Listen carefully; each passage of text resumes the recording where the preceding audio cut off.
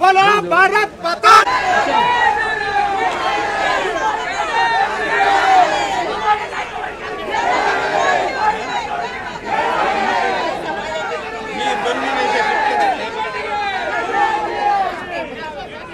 ನಮಸ್ಕಾರ ನಮಸ್ಕಾರ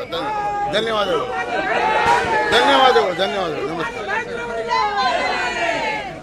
ಧನ್ಯವಾದ ಧನ್ಯವಾದ ನಮಸ್ಕಾರ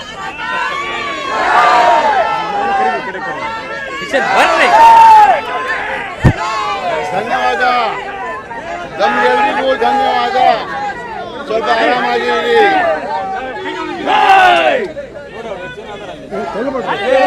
ಅಷ್ಟೊಟ್ಟಿಗರಿಗೂ ಧನ್ಯವಾದಗಳು ಮತ್ತೆ ಹೇಳಬೇಕು ಎಲ್ಲರಿಗೂ ಧನ್ಯವಾದಗಳು ತಾವು ಹೆಮ್ಮೆಯಿಂದ ನಮ್ಮನ್ನು ಆದರದಿಂದ ಕರೆಸ್ಕೊಂಡಿದ್ದೀರಾ ಧನ್ಯವಾದಗಳು ಅವರಿಗೂ ಧನ್ಯವಾದಗಳು ಮತ್ತೆ ಯಾರಿಗೆ ಹೇಳ್ಬೇಕು ಹೇಳಪ್ಪ ಆರ್ಜಿ ನಾಯಕರಿಗೂ ಧನ್ಯವಾದಗಳು ಓ ಆರ್ಜಿ ಆರ್ಜಿ ಕಿವಿ ಕೇಳೋದಿಲ್ಲ ಕೆಲವು ಟೈಮ್ನಲ್ಲಿ ಕಿವಿ ಕೇಳ್ತದೆ ಕೆಲವು ಟೈಮ್ನಲ್ಲಿ ಕಿವಿ ಕೇಳೋದಿಲ್ಲ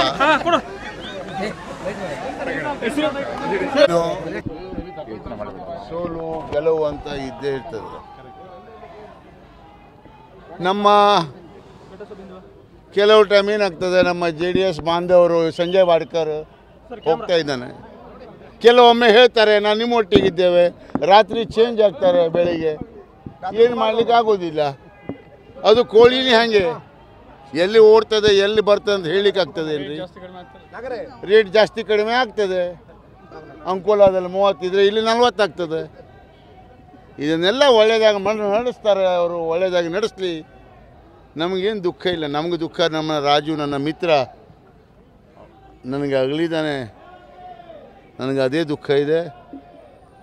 ಇದು ನಮ್ಮ ಹತ್ರ ಜನ ಬಂದಿದ್ದರು ನಾವು ವಾಪಸ್ ಕಳಿಸಿದ್ದೇವೆ ನಿನ್ನೆ ಬೆಳಿಗ್ಗೆ ತಮಗೂ ಗೊತ್ತುಂಟು ಯಾಕಂತ ಹೇಳಿದ್ರೆ ಮನುಷ್ಯನ ಅಗಲದ ಮೇಲೆ ಮತ್ತೇನೂ ಇರೋದಿಲ್ಲ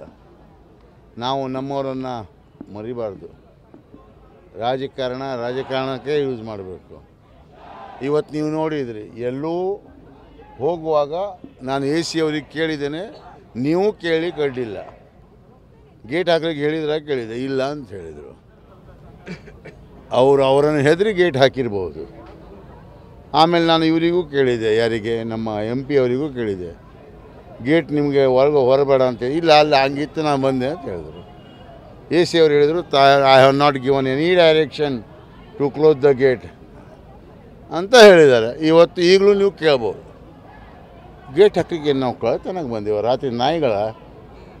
ಇದು ಪ್ರಜಾಪ್ರಭುತ್ವ ಎಲ್ಲರಿಗೂ ಒಂದು ಮರ್ಯಾದೆಯಿಂದ ಸ್ಪರ್ಧೆ ಮಾಡುವಂಥ ತಾಕತ್ತಿದೆ ಆ ಸ್ಪರ್ಧೆಯಿಂದ ನಾವು ತಾಕತ್ತಿಂದ ಮಾಡ್ತೇವೆ ಕೆಲವರಿಗೆ ಅನುಕೂಲ ಆಗ್ತದೆ ಕೆಲವರಿಗೆ ಅನಾನುಕೂಲ ಆಗ್ತದೆ ಆದರೆ ನಾನು ಎಲ್ಲರ ಹತ್ರ ಅವ್ರ ಹತ್ರ ಇವತ್ತು ಇದೇ ಬೇಡ್ತೇನೆ ಕಾರವಾರದ ಸಮಗ್ರ ಒಂದು ಬೆಳವಣಿಗೆಯನ್ನು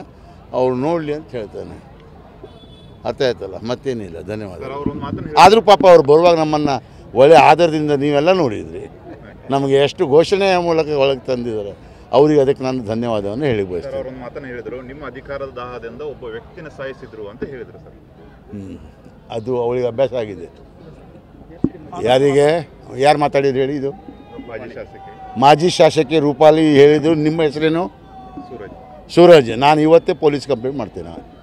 ನಿಮ್ಗೆ ವಿಟ್ನೆಸ್ ಆಗ್ತೇನೆ ಸೂರಜಿಗೆ 100% ಆಗ್ತೇನೆ ನಾನು ಈಗಲೇ ಹೋಗ್ತೇನೆ ಪೊಲೀಸ್ ಸ್ಟೇಷನ್ನಲ್ಲಿ ನಮ್ಮಿಂದ ಅವರು ಏನಾದ್ರು ಸಾವಂತ ಆಗಿದ್ದಾರೆ ನೀವು ಇಲ್ಲಿ ಜೀವಂತ ಉದಾಹರಣೆ ಇದ್ದೀರಿ ನಿಮ್ಮ ಹೆಸರನ್ನು ಹಾಕಿಕೊಂಡು ನಾನು ಈಗ ಪೊಲೀಸ್ ಸ್ಟೇಷನಿಗೆ ಸೀದಾ ಹೋಗ್ತಾ ಇದ್ದೀನಿ ಬರ್ರಿ ಪೊಲೀಸ್ ಸ್ಟೇಷನ್ಗೆ ಹೋಗಿ